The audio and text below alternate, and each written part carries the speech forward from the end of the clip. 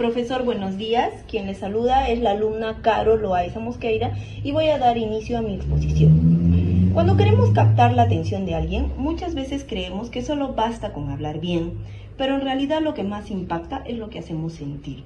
La tesis escogida es: si quieres interesar a los demás, emocionalos. Esta tesis tiene un gran sentido porque las emociones generan una conexión inmediata. Estoy muy de acuerdo con esta idea, ya que el lenguaje no verbal transmite emociones de forma poderosa. Por ejemplo, una postura segura o un tono de voz firme y fuerte pueden hacer que nuestro mensaje resulte mucho más interesante. Esto se relaciona con lo que plantea Daniel Goleman, quien afirma que las emociones son fundamentales para la toma de decisiones y una interacción social. Sin embargo, también es importante reconocer que no todo depende de emocionar. Existen también posturas críticas sobre la sobrevaloración del lenguaje no verbal. Por ejemplo, se advierte que no hay pruebas sólidas de que las señales no verbales permitan detectar mentiras con precisión. Esto demuestra que no siempre lo emocional o corporal es suficiente para garantizar un mensaje efectivo. Por eso considero que la clave está en equilibrar la emoción y el contenido. No basta solo con impactar, también debemos comunicar ideas claras y coherentes. En conclusión, emocionar sí es importante para interesar a los demás, pero solo esta va a funcionar si va acompañada de un mensaje firme y sólido. Buenos días, gracias. Maestro Lucio y compañeros, muy buenos días. Mi nombre es Fulvia Cueva. Según Bárbara Tijerina, en el lenguaje no verbal, todo lo que se exagera es una mentira.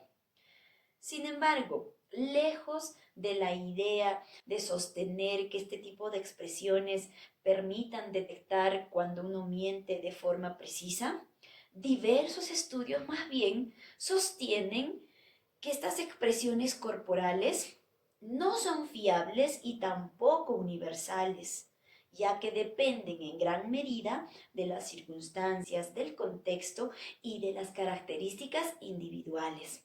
En ese sentido, Manzanero Guillén indica que cada uno de nosotros revela la mentira usando el lenguaje no verbal de formas diferentes unos de otros. Esto evidencia que cada postura, cada gesto y cada expresión no responde a patrones fijos, sino a estados emocionales variables, lo cual dificulta establecer indicadores universales del engaño. En consecuencia, no debemos fiarnos de la observación del lenguaje no verbal, sino más bien tomar en cuenta el lenguaje verbal y el análisis del contenido del discurso a la hora de evaluar la veracidad de un mensaje. Hola a todos, soy Doris Marianela Ponce Dionisio. Hoy manifiesto mi desacuerdo con la tesis de Bárbara Tijerina, quien afirma que en la mirada podemos ver las intenciones y emociones de las personas.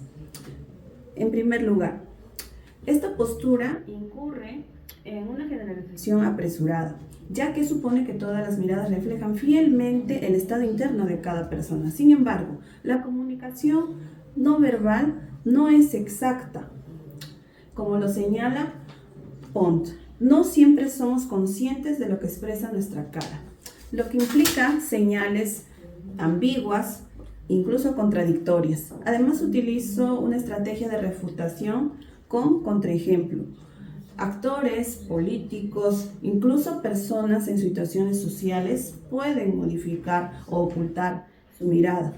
Esto demuestra que la mirada no es una prueba fiable, sino una interpretación subjetiva. Asimismo, existe una debilidad lógica en la tesis, confunde indicios con certezas. El hecho de que la mirada puede sugerir emociones no significa que permita conocerlas con plenitud.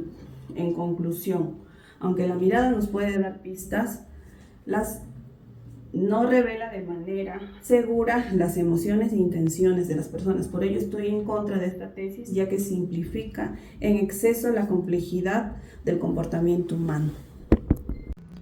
Reciban un cordial saludo. Mi nombre es Kevin Guamani Loaiza y hoy analizaré críticamente la tesis planteada por Bárbara Tijerina, Más del 80% de nuestra comunicación es no verbal.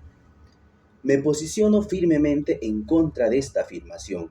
Considero que esta tesis incurre en una falacia de falsa precisión. Asignar un porcentaje estático a la comunicación es un error, ya que ignora que el peso de los gestos varía según el contexto. No podemos medir con la misma vara una charla informal en un café que una lección magistral de matemática o una audiencia jurídica. Por ejemplo, si un docente explica el teorema de Pitágoras únicamente a través de un lenguaje corporal, el mensaje estaría incompleto. Aquí es donde la tesis de la autora se debilita. Como señala Patterson, no es posible cuantificar la comunicación en porcentajes fijos, pues el contexto es quien determina el peso de cada canal. En conclusión, la comunicación es una unidad indisoluble. Reducirla a porcentajes simplistas desvirtúa la complejidad del lenguaje humano. Muchas gracias. Hola, mi nombre es Juliet Pamela Pinto Luque. Estoy en contra de la afirmación de Bárbara Tijereni de que las manifestaciones tienen una base universal e innata. Considero que esta postura presenta una generalización excesiva, ya que no toma en cuenta la influencia de la cultura en la expresión de las emociones. No todas las personas expresan lo que sienten de la misma manera, porque esto depende del contexto social y cultural donde viven. Como señalan Imormoni y Yang, la cultura influye en la expresividad emocional, es decir, en la intensidad de las respuestas corporales durante la emoción. Asimismo, tenemos a Matsumoto, quien afirma que existen diferencias culturales en la expresión emocional y en las normas que regulan cómo y cuándo deben expresarse las emociones. Por lo tanto, esto demuestra que la forma en que expresamos nuestras emociones no es completamente universal, sino que está influenciada por las culturas de las diferentes partes del mundo. En conclusión, no es correcto afirmar que todas las manifestaciones sean universales e